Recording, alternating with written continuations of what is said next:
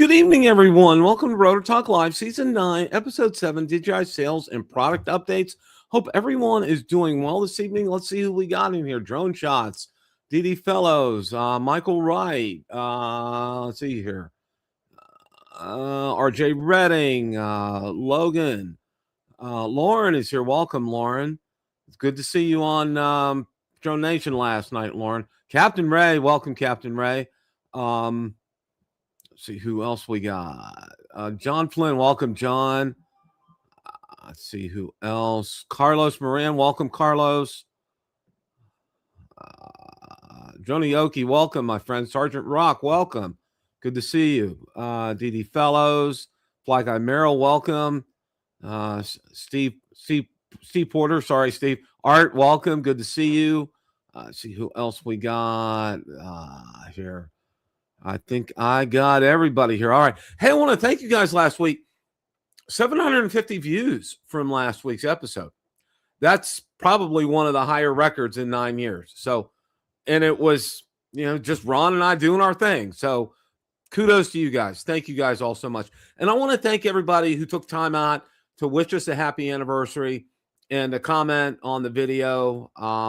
It was a labor of love.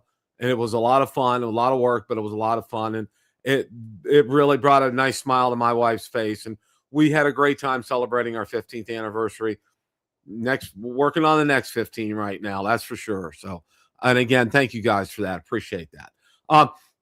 It's not been this Sunday, and I forgot to check the app, but the weather forecast, winds were in excess of 50 miles an hour on Sunday. It was just the weekend. It's funny because lately our weather's been picking up to where you can probably try to get outside and actually go flying.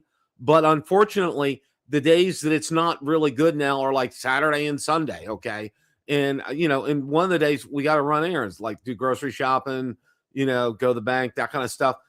And, our time gets sucked up. And then the day that I have free, and it's like too windy out there and can't do stuff and all that. So yeah, I'll get out. I'll fly. Don't worry. Yeah. King Dog, welcome. Good to see you.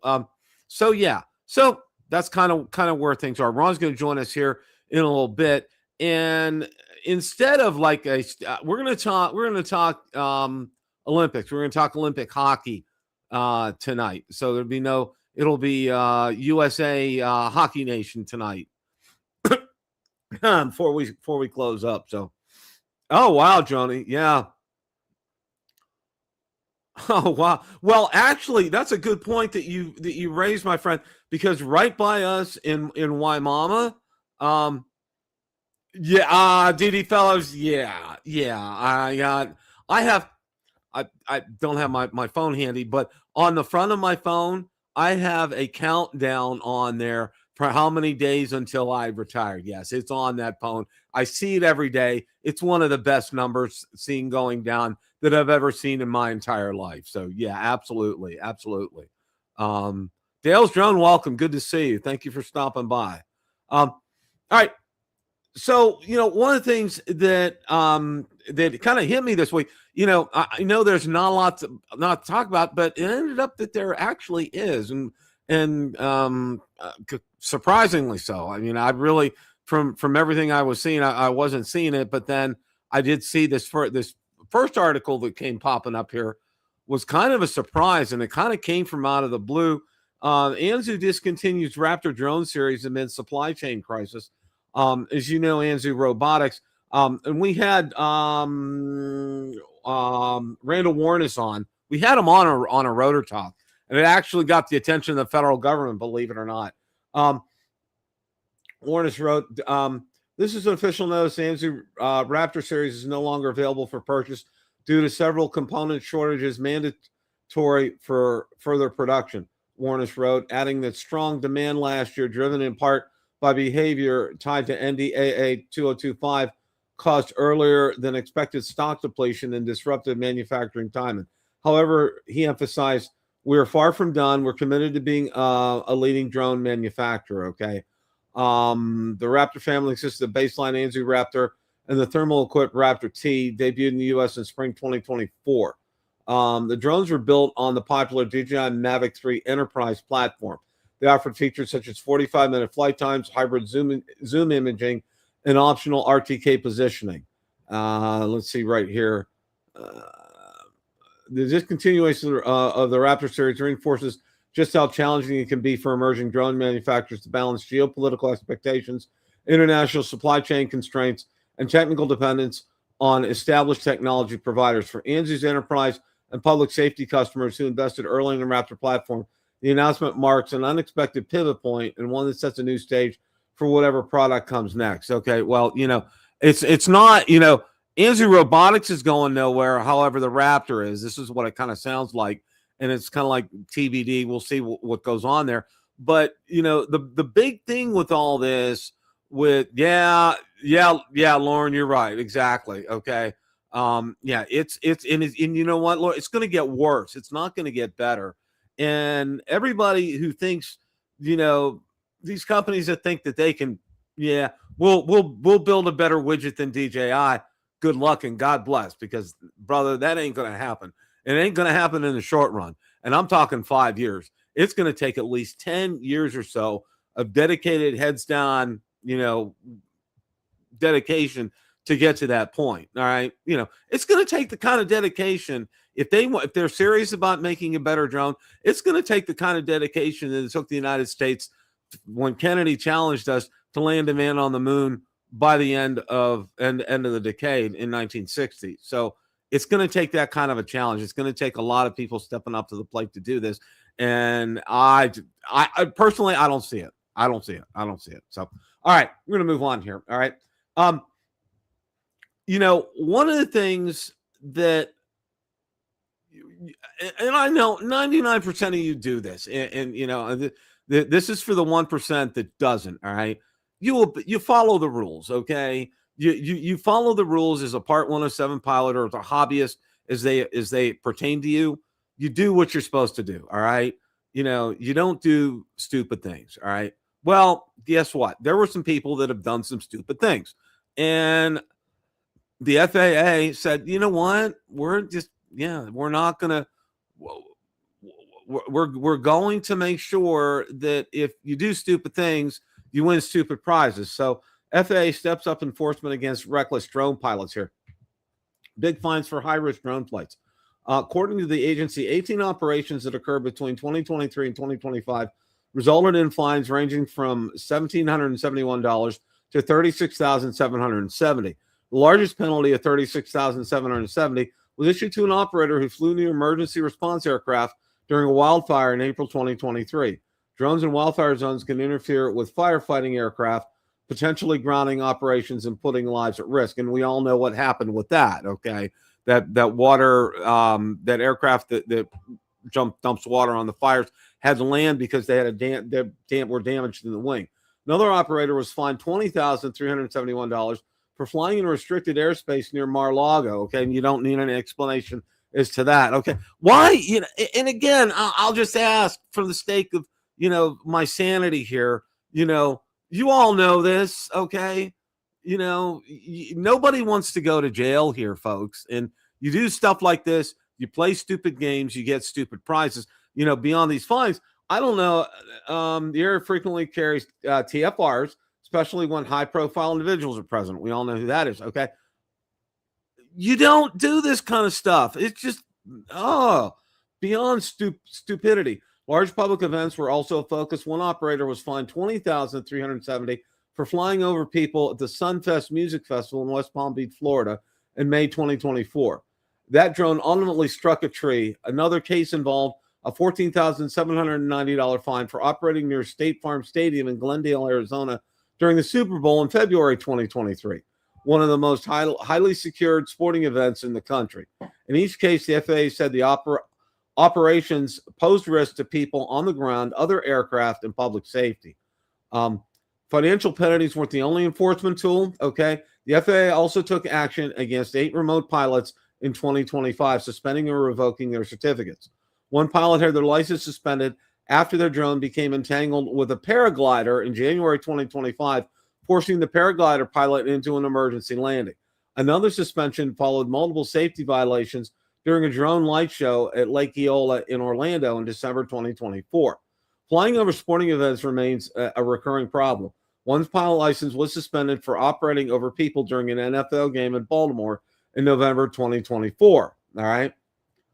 In most serious case, the FAA revoked a remote pilot's license entirely for operating in restricted airspace near Mar-a-Lago. Again, the stupidity of these people are just ginormous here, okay? Stronger enforcement policy in 2026. 2026, the FAA updated its enforcement policy to require legal action when drone operations endanger the public, violate airspace restrictions, are conducted in furtherance of another crime. The policy formalizes a tougher stance and aims to strengthen deterrence. The FAA will take decisive action against drone operators who ignore safety rules or operate without authorization. Those unsafe operations create serious risks, and the FAA will hold operators fully accountable for any violations. Under federal law, drone operators can be fined up to $75,000 per violation. In addition, the agency can suspend or revoke pilot certificates.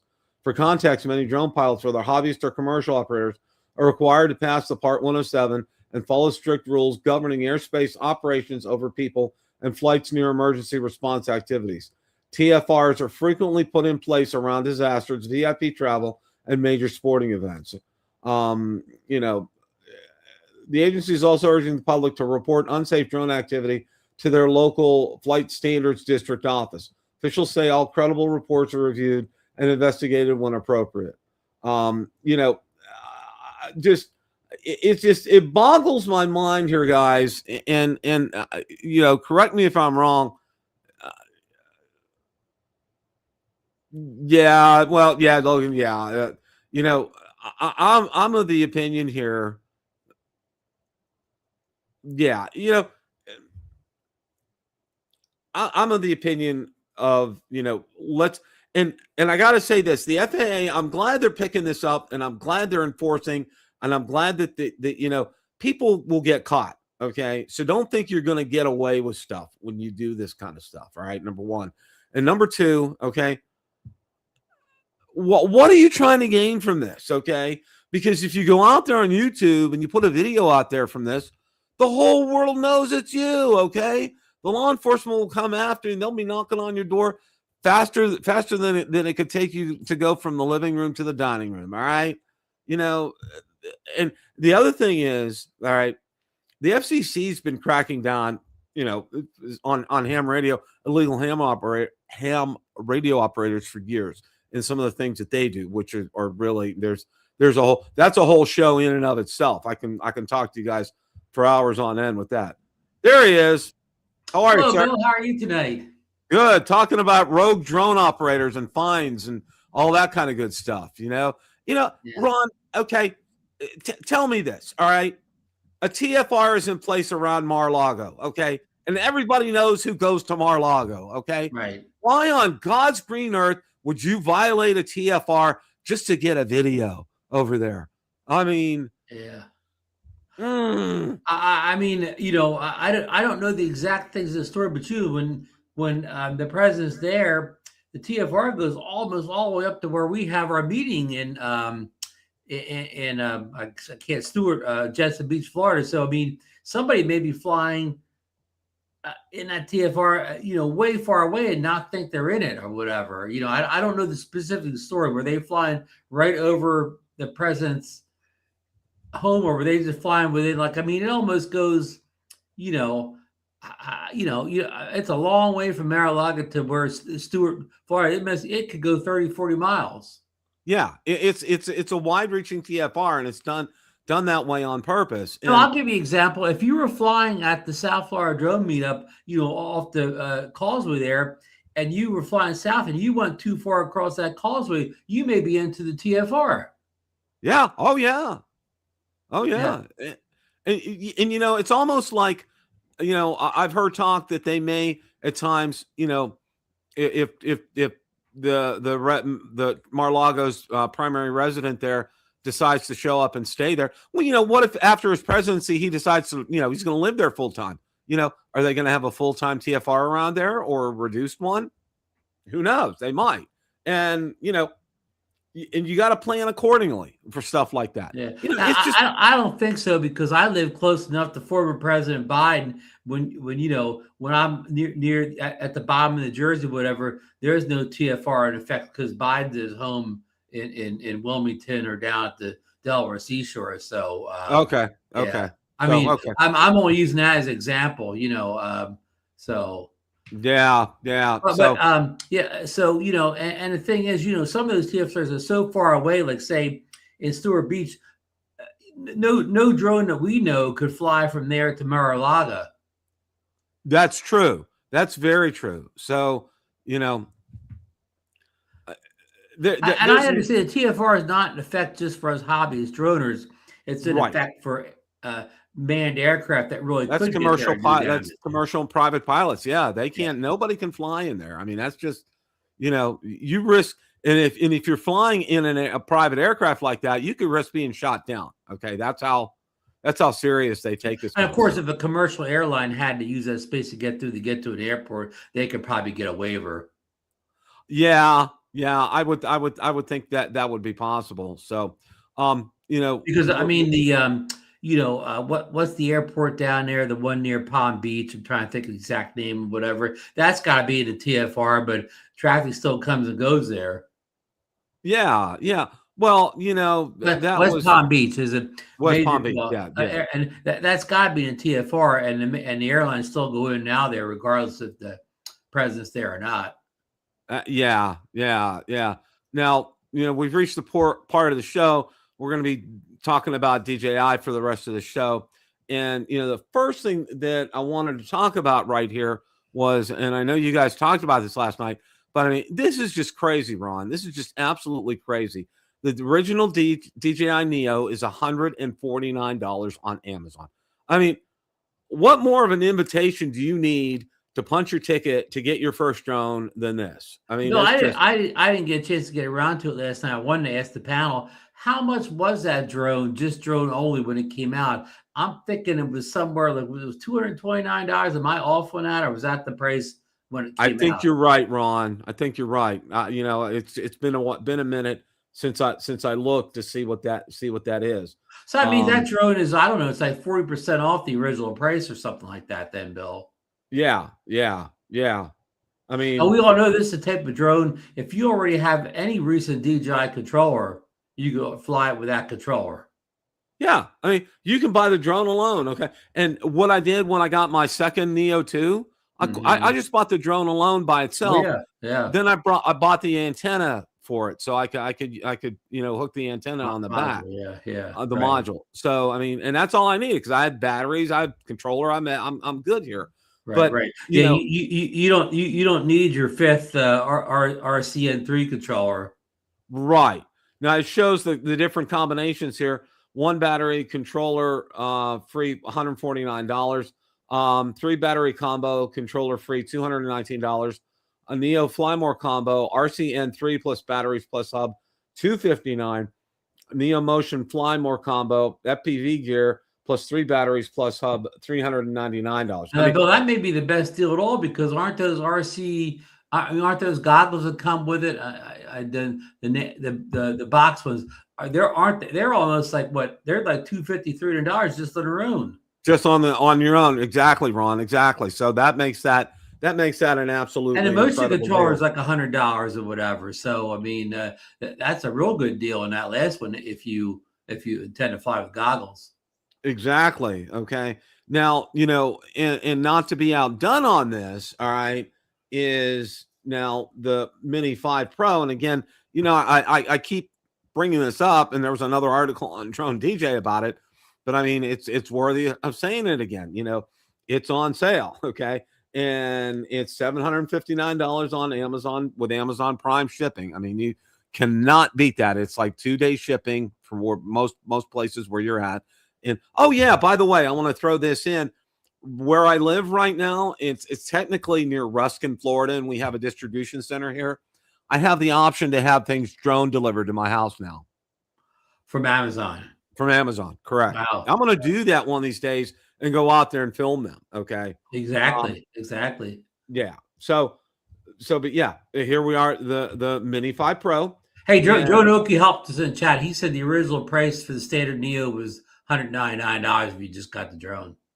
yeah, that's thank you, Joni. It's a Appreciate $50 thing off now. Yeah.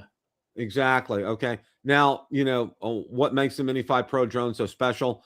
At heart is a large format camera sensor, roughly 1 inch in size, which lets the Mini 5 Pro capture sharp, high dynamic range photos and videos that are punchier and cleaner than most ultralight drones. It supports crisp 4K footage, high frame rates for slow motion, and advanced color profiles that help make every shot look more cinematic. I mean, it really rivals, and I think maybe somebody on the panel last night might have mentioned it. I think it may have been Marcus, that it really rivals the Air 3S in terms of the quality of the videos and the photos from the Mini 5 Pro. He was pointing out that the Air 3S is older than the Mavic 4 Pro and the Mini 5 Pro, so it doesn't have the dual ISO that the Air 3S doesn't have the dual ISO that the Mini 5 Pro has. So that's Exactly an advantage for the Mini 5.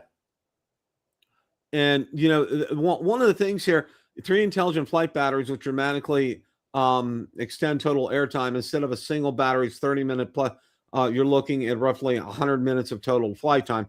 Extra propellers. There's something to be said to have the Pro battery, which I went ahead and I made sure when I ordered it from eBay that I got the Pro batteries with the Fly More combo, and you can get a little over 30 minutes on that Pro battery, Ron. And to me, that's almost too much time for me. Okay. My flights are not going to be more than 15 minutes max, out and back kind of thing. Because I'm usually, and I think you're the same way too. You position yourself in such an area that you're not going to be that far from your subject and be within an easy distance. I mean, the only advantage of batteries like that, if you're doing a pro job, you can go to more than one location with the same battery. Exactly. If you're flying pro, I mean, amateur flyers usually fly the battery down to whatever it says return to home. But a pro doesn't fly the battery down for no reason. If he gets the shots he needs, he turns the drone off. That drone still has 50% battery life left. He can go to the next location, do the same thing, get the shots he needs. So that's the advantage of the longer flight times for pros and so even non-pros. Sometimes I'm just going on a casual flight. I'm going down to lose something. I get all the shots I need. I still have 50% battery. I'm not going to just fly around aimlessly for another 50% of the battery just to wear it down or whatever. I may go to the spot. I may fly the next day or something like that. Exactly. And and that's the beauty of this. And I do want to go ahead and mention at this point, and I know Lauren had brought it up a little bit last night when you had him on. And by the way, it was great hearing from him last night. That was always Lauren. Always appreciate your insight and your comments. Very, very well done last night. But Canada's going down. I want to let you know that Team USA is going to clean their clock this year in hockey. Just mark it down on your calendar. Well, the women are playing the U.S. women are playing the U.S. Canadian women in the finals, right? For the gold medal. Yep. Yeah. And we've won 3 in a row. We have our next game is tomorrow, and was depending on who's going to win today. And we're going to kind of talk hockey at the top of the hour here before we're going to have USA Hockey Nation tonight instead of Steeler Nation. The poor Steelers. Well, it's that time of year. It's just not much going on. Free agency hasn't started yet, and the draft stuff hasn't started yet. So it's just a slow time of year. Exactly. But all that being said, Lauren kind of hinted around to maybe next month that we're going to be seeing the new Lido from DJI, and there's 2 flavors of it, and it's the rumor is that it's going to take care of the Mini 4K kind of series as far as a budget type of drone, entry level type of drone for DJI with the 4 folding arms on it. So stay tuned for that. That's why we've been seeing these sales. That's why the Neo's been on sale. That's why. Bill, that's a good point you bring up, and I'm going to ask you this question. If you say you're just getting a drone, you're trying to get a drone, would you advise people to go ahead and grab these great deals right now, or wait until next month and pay more to get something that's maybe only incrementally better, or jump on these great sales now? It all depends on your needs, Ron. And if you obviously, if you need a drone, you need to get one now. Okay. You don't If mess you're a around. beginner, you don't really know your needs. As That's a true. beginner, you know what you know, Bill. You know what you can afford. Exactly. And for what you get with a Mini 5 Pro, I mean, you're not going to get what's coming out in the next month or two. Okay. You're not going to get a better drone than that for in that classification of drone. Okay. You've reached the pinnacle as far as that's concerned. So for that kind of price point for 759 for the basic drone battery and controller, it's a no brainer. I mean, it really But Bill, was. let's kind of describe I'm going to call it the average Bill the drone reviewer, kind of follower in the chat here. They're probably the type of person a couple years ago, they bought the DJI Mini 2, right, Bill? And they said, well, this is all the drone I need. It does everything I want, right? Well, 6 months later, they're looking at the Air saying, well, you know what? That Air looks pretty good. I think I'll go ahead and get that Air drone, right, Bill? Yeah. And then they fly that for 6 months, a year, and they said, when they first get this is all the drone I'm ever going to need or whatever, right? But then another year goes by, you know what they think? You know what? I may need that new Mavic, that Mavic drone. So before you know it, you have a whole shelf full of drones that you didn't think you needed, right, Bill? Oh yeah, yeah. They start piling up here. Now, one of the things that I wanted to talk about and to clear up some misunderstanding, I know a lot of people were talking about this, and I'm glad Hay put an article out about it. It's regarding everybody. At first, people thought it was a current employee at DJI, but here it's a former DJI employee was detained in China on bribery charges, accused of huge illicit gains. And this is I'll let you read the article at the leisure.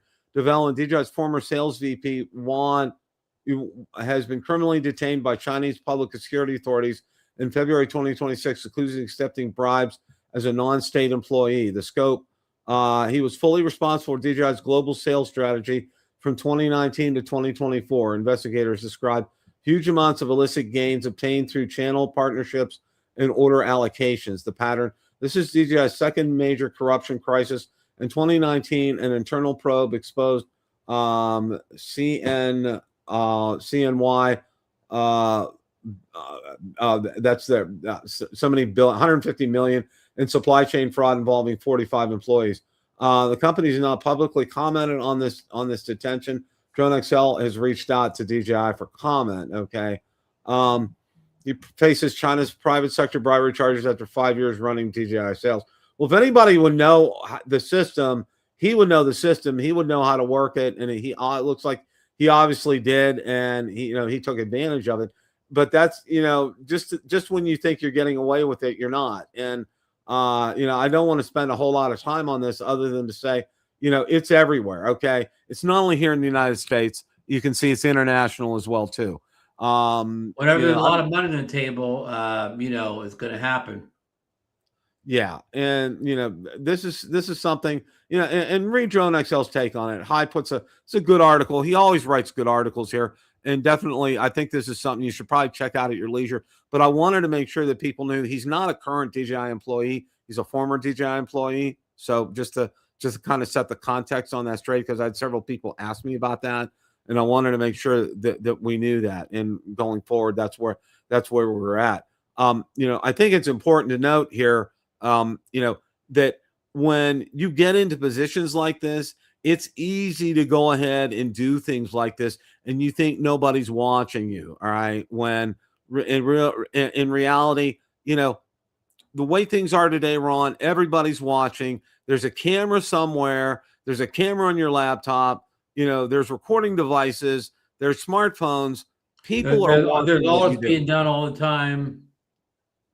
Yeah. Yeah. And I think it's important to remember, Bill, this man hasn't been convicted yet. He's true. Accused. That's true. So this man, he may or may not be found guilty of this crime. That's true. But I don't know how Chinese justice works. You don't get too fair of a shake over there, huh, Bill? Yeah, I don't think he's going to be getting his court-appointed attorney. No Johnny Cochran's over there, huh? No, I don't think so. I think he's probably going to be in for a rough time over there. So, you find out how as bad as our justice system is, it's better than most countries. Just to keep that in context, especially if you're the the accused. Now, this was very interesting here, and I saw this today, and it kind of surprised me and took me back a little bit. But it said DJI just pulled a plot twist for worthy of a mid-season finale for the Osmo 360. Okay, single lens live stream, ND filter effects, vertical boost video, and film tone. Okay, let's get into this here a little bit. And there's an update for it here, and this lists the update. The Adventure Combo price slid from $700 to $511. That's not a gentle nudge. That's a $189 cannonball into the pool. I'm not a 360 camera lover. This price makes me think twice about it. Firmware updates usually fix bugs. This one feels like it adopted new hobbies, got a new gym membership, and started posting vertically here. Vertical is no longer an afterthought, and it talks about this update right here. You can record in 2.7K or 4K and post straight to TikTok, Reels, or Shorts without performing digital gymnastics in post. So that's interesting here.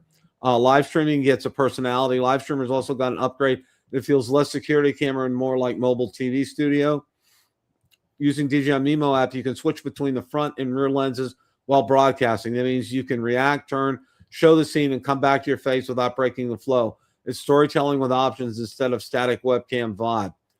Even better, the camera records a local 1080p file during the live stream. Translation, you are no longer stuck with whatever compressed soup the platform serves back to you. If the stream glitches, you can still own a clean copy. This alone will make a few creators sleep better at night. That's a really good feature, Ron. I like hearing that.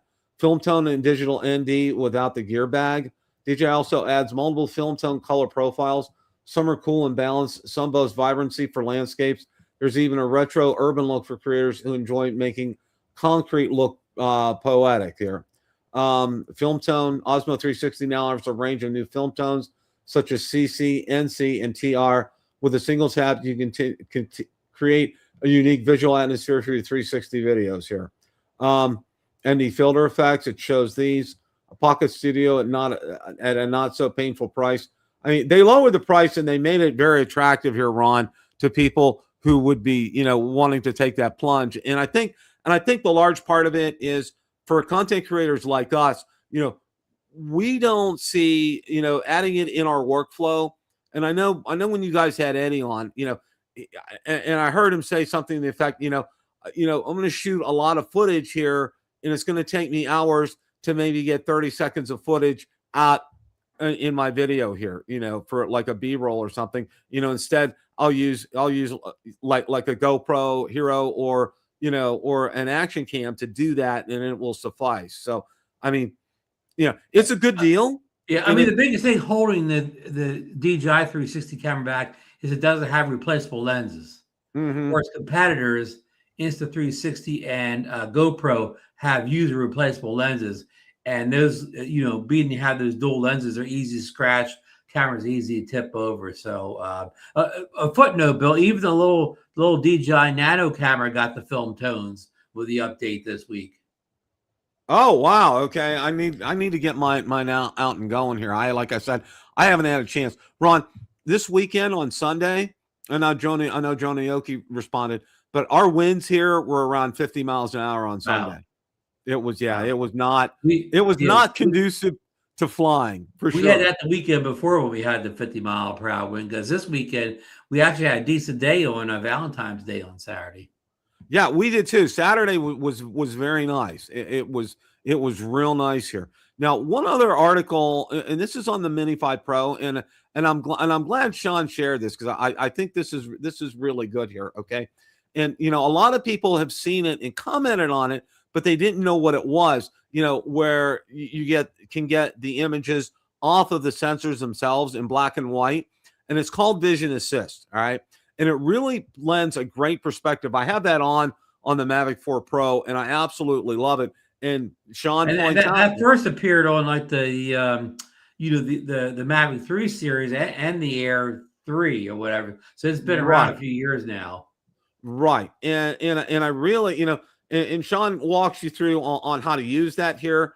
And it really, I'm very impressed with its capabilities, and I think it does an absolutely fantastic I job. don't know if it's in this article, but in the video Sean posted just recently, he showed how you could detach the vision assist window from that main either map or altimeter window and have it as separate things so you can see both at the same time. Now, on the Air 2 Pro, out of the box, it came detached, where the vision assist was hanging on its own. But he showed on the RC2 how you could detach it and have both windows open at the same time, the vision assist and either the maps or the radar window, whatever you choose. So Right. that's kind of nice. Now, the only problem is on the RC2, the screen's smaller, so it kind of really cramps your space a little bit. If you want all that real estate to see what you're filming, where of course on the bigger RC2 Pro screen, it's not as big as a deal having the two screens up hogging real estate on the controller.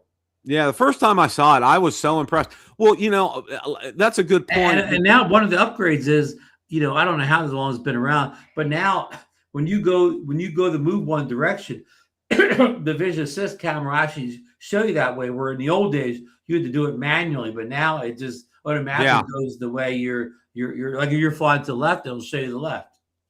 I absolutely love that, Ron. I thought that was just an incredible feature that DJI added onto this. And like you said, I think the real estate on the RC Pro 2, it really kind of lends itself to really, I mean, it's really crisp, it's really clear, and you get to see it. And it really is beneficial. A lot of people at first were like saying, no, it is beneficial. I mean, what it's good for is people like to fly sideways, really. You know what I mean? Exactly. Okay. People used to run in the trees before. Yeah, you can, something might pop into your vision. You can take your hand off the stick and say, you know what, if I'd have continued, I'd have hit something. Obstacle sensing, works great, but it isn't 100% foolproof. Always trust your eyes and your hands and your instincts before, before that. That's for sure. Now, one of the other things that I wanted to talk about tonight, everybody's talking about the Pocket 4. Well, lo and behold, and I think Ron, I think you started mentioning this last week about Insta360, and sure enough, Insta360 Luna takes on DJI Pocket 4. And this was talked about by our master himself. Okay, the Jedi Master of Sunrises and Sunsets, sitting here, Mr. Ron Braun. Okay, I got it from Igor. Was the first person I think that was posting about that.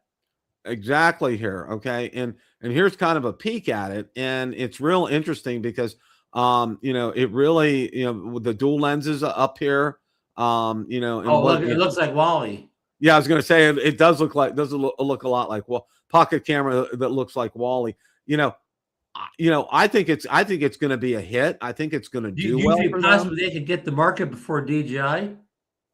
That's a real good possibility, Ron, because DJI is kind of dragging their feet a little bit here with this. I mean, it may not be intentional, because, to get a product completely to market, testing it, getting marketing strategies done, getting enough units out there and everything. It takes time. It doesn't happen overnight. And I think that's where DJI is with this. It kind of sounds like they're ready. It kind of sounds like they want to. And even though DJI is by far the leader in drones, Insta360 has a lot more experience getting cameras released.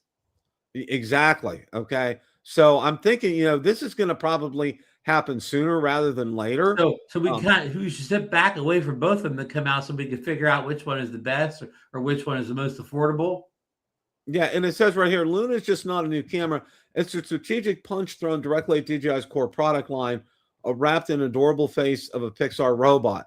If Insta360 delivers strong stabilization, competitive image quality, modular flexibility, and a price that undercuts or matches the Pocket 4, this could be the first serious disruption in the pocket gimbal category since DJI created it. Okay, that's a really good take. But here's the brutal truth. DJI has experience, polish, and a loyal base that upgrades almost automatically.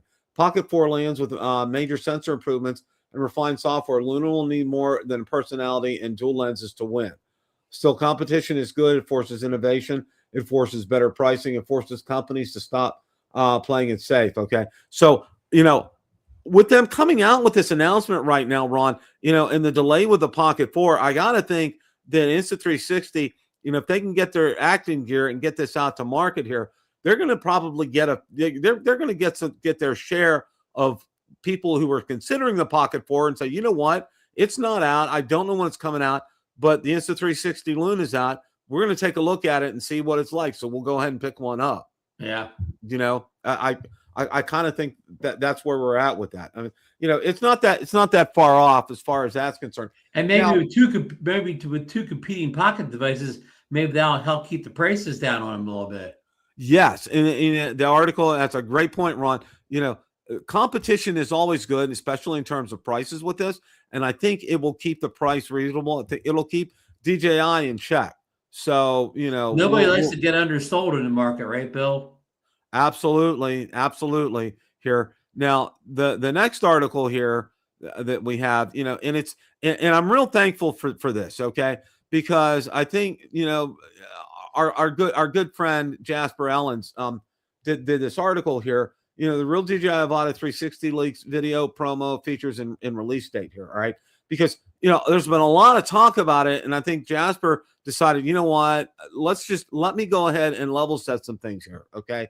And this is exactly what he did. After 3 months, see that little graphic up top, Bill. That's what you see in the DJI goggles. And somebody saw it. Somebody had a beta version of software for the goggles, and the 360 appeared in the goggles.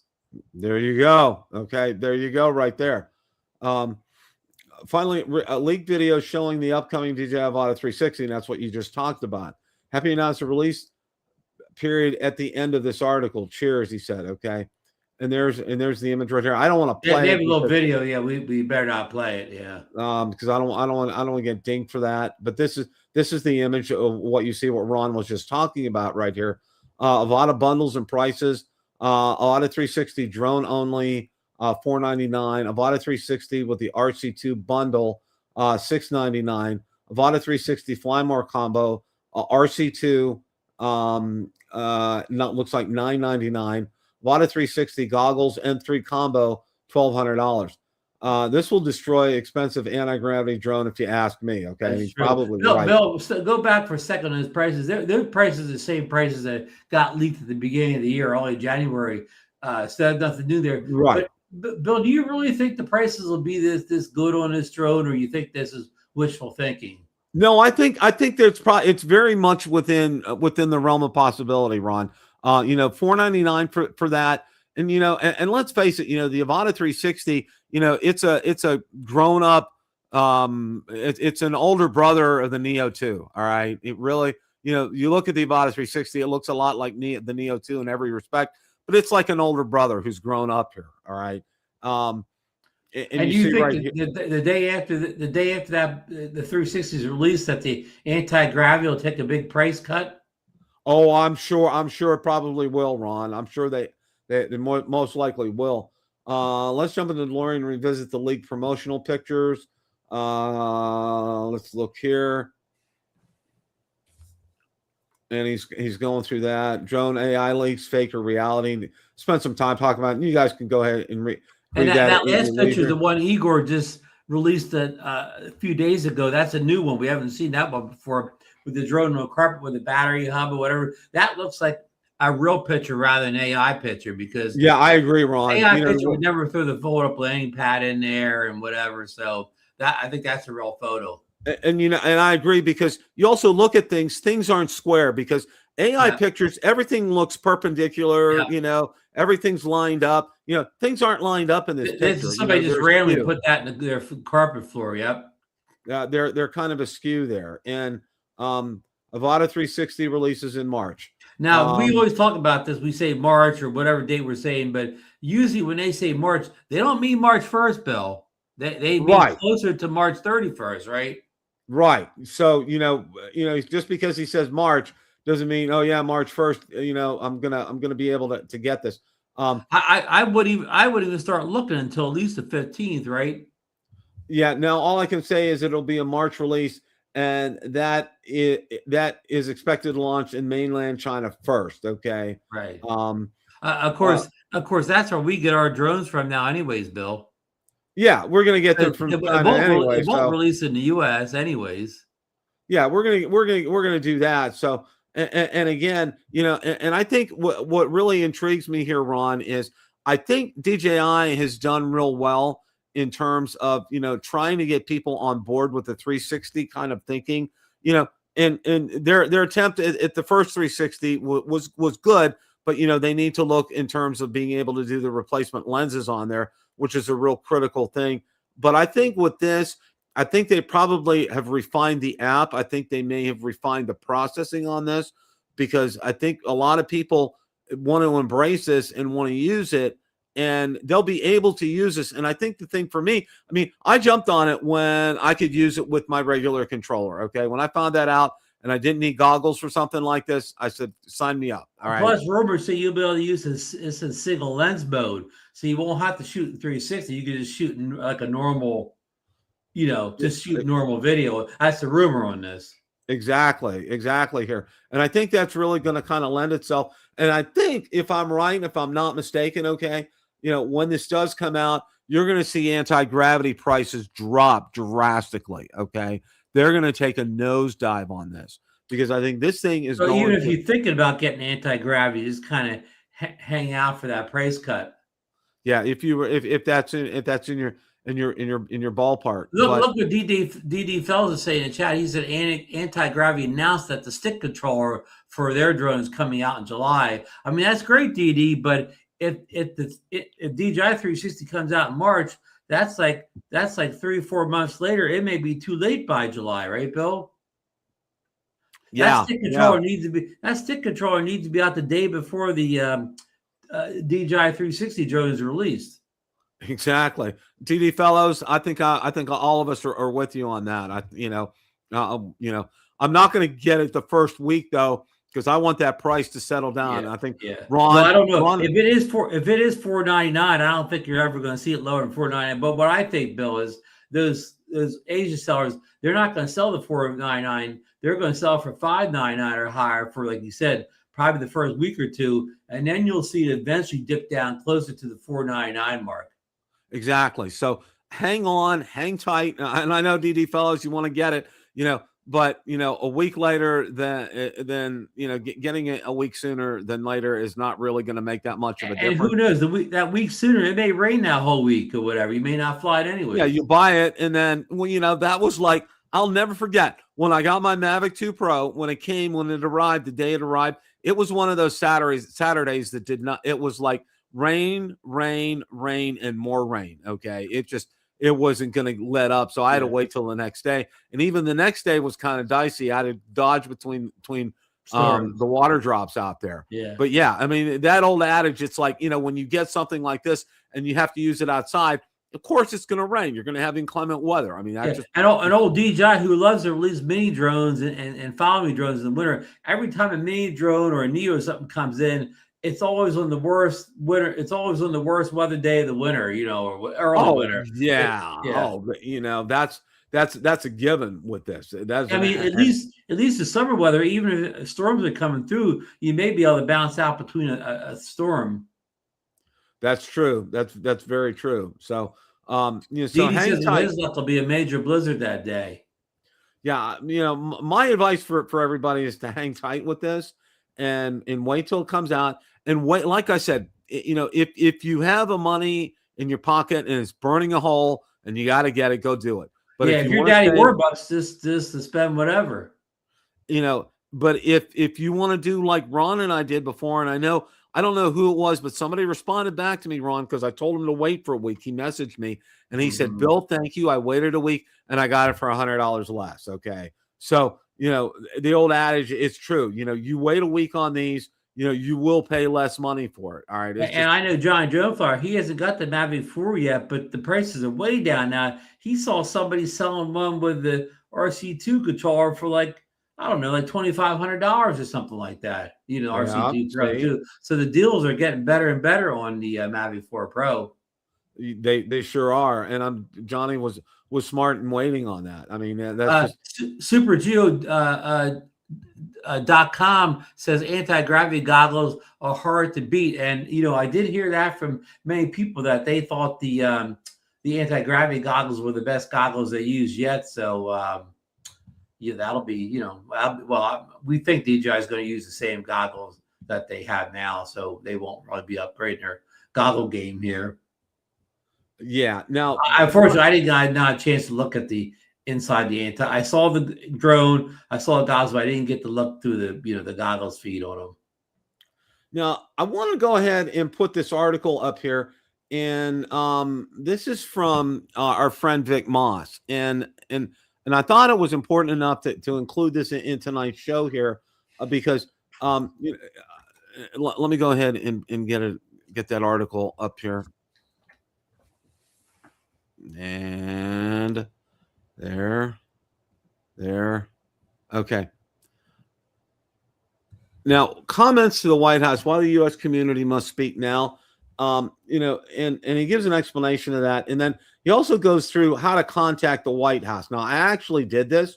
There's a link right here where it has contact. Now, it doesn't, he cautions how to do this here. Start with a story. Do you operate a drone business, fly recreationally, work for a first responder agency, use drones in education, run a retail outlet that can no longer get product, you know, avoid templates. But a couple of things. What I did today was right here under FCC ruling.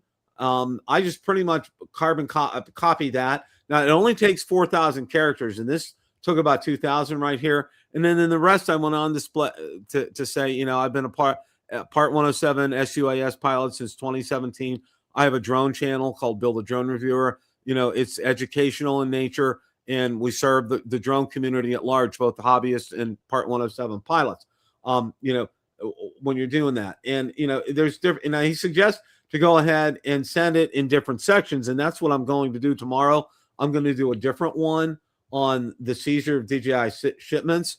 And then, you know, and then so forth. But one of the things that I asked for directly is, you know, all DJI was wanting was to be, you know, to have them take a look and have them investigated for the national security concerns. So I asked that be done, and you'll show that DJI has a clean bill of health, and we can move forward here with this. You know, this article was very well put together. Of course, you know, I'm sure Vic and his team did a great job on it, and they did. I did read through this, so. You know, I would suggest, you know, if you want to go ahead and still voice your opinion, this goes directly to the White House. This isn't to Congress. This isn't to your senator or congressman.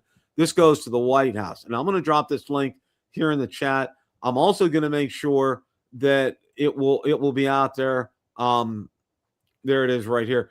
It'll be out, you know, in the description for the video, because, you know, like, you know, I know a lot of people are skeptical about whether or not this actually helps or makes a difference.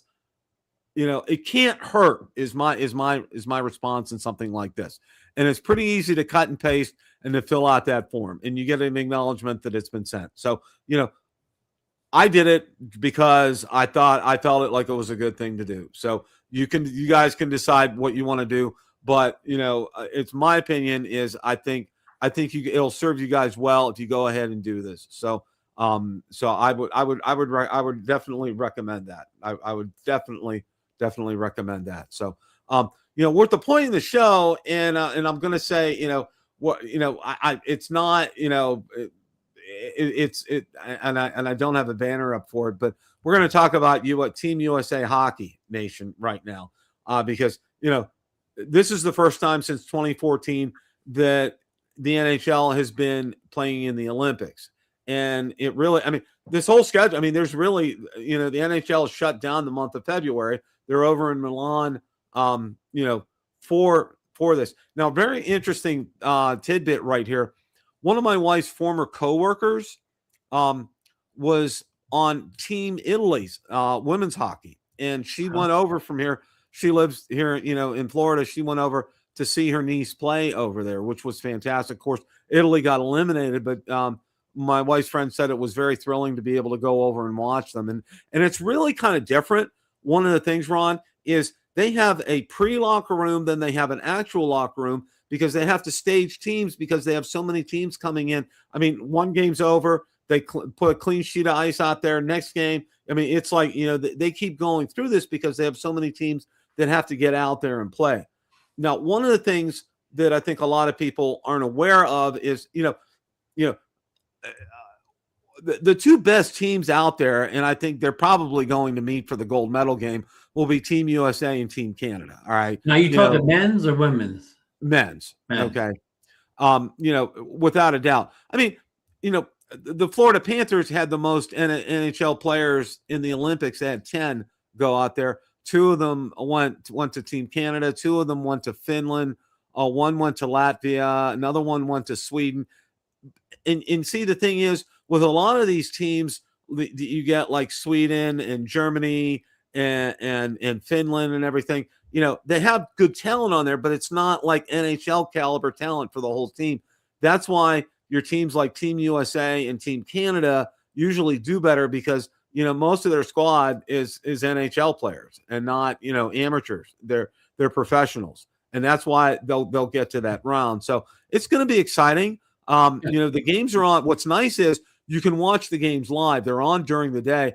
I was able to watch the game on Sunday afternoon. And what's nice is a couple things that are real nice about it is they only have one commercial break in a period, which is fantastic. And normally if you watch an NHL game, Ron, they put they superimpose ads on the boards and on the glass. So, but they don't do that for the Olympics here. I mean, it's nice to see that the game is in a really pure form. Now, the other thing with this is the actual rink, it's wider. It's at least 10 feet wider, and it's also 5 feet longer at the ends. So yeah, people say, does it really make a difference? Well, yeah, because these guys, most people don't know, they are on the ice for a minute to a minute and a half before they switch. And the reason they do that is you get winded very quickly out there on the ice. I mean, that's all long. That's 200 plus feet that you're skating back and forth, and you got to cover territory. So Team USA plays tomorrow. I'm not sure. They have to wait the results of a result today. But, I see them advancing easily to the next round. They're 3-0. They're playing very well.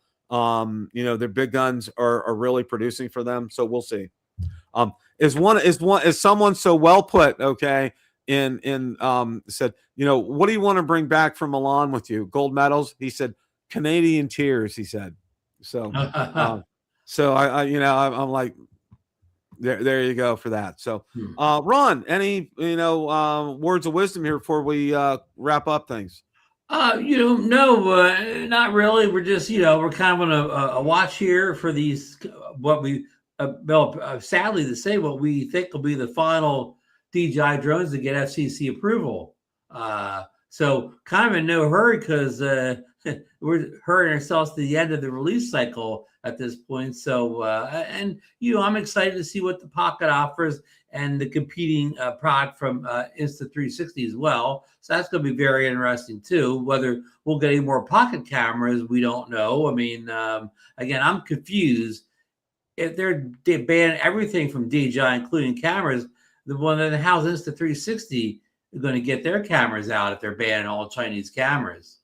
That's true. That's very true. So, so anyhow, Bill, I don't really need these Lito drones. I mean, we all have the Mini 5 Pro. I don't really need the budget version of the Mini drone. So that I'll be interested to see what those drones, what features they have, what price points they come in. But it's not something I'm excited about as a buyer. And the 360 drone, it's interesting, but it's probably not a have to get drone for me. It's something that I'll take a look at, but I'm not guaranteed I'm hitting the buy button on that either. So I'd probably be more likely the Pocket 4 or the Insta360. That may be something I buy quicker than I would the drones. Just my opinion, Well, I agree with you. Like the Lido series, I think I'm probably going to take a pass on that.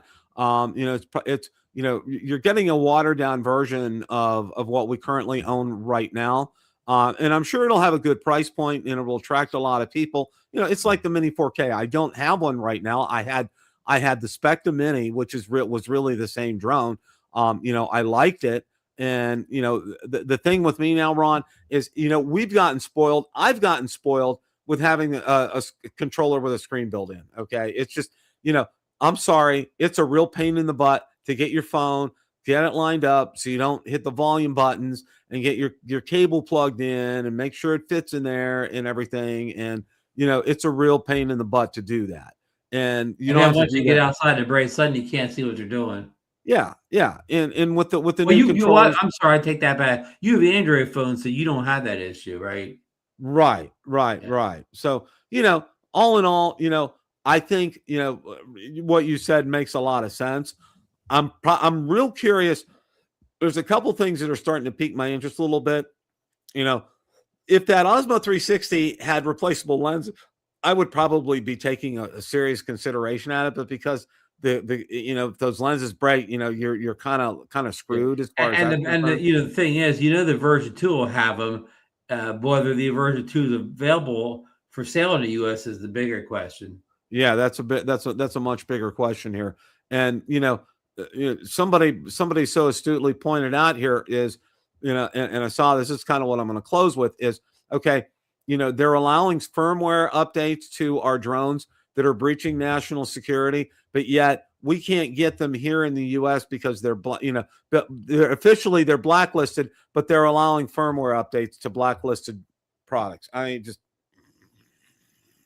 None of this makes any sense. Yeah. no, it makes no sense whatsoever. So Yeah. stay tuned for all this. I'm going to drop that link from Vic Moss. It'll be in the description for tonight's show.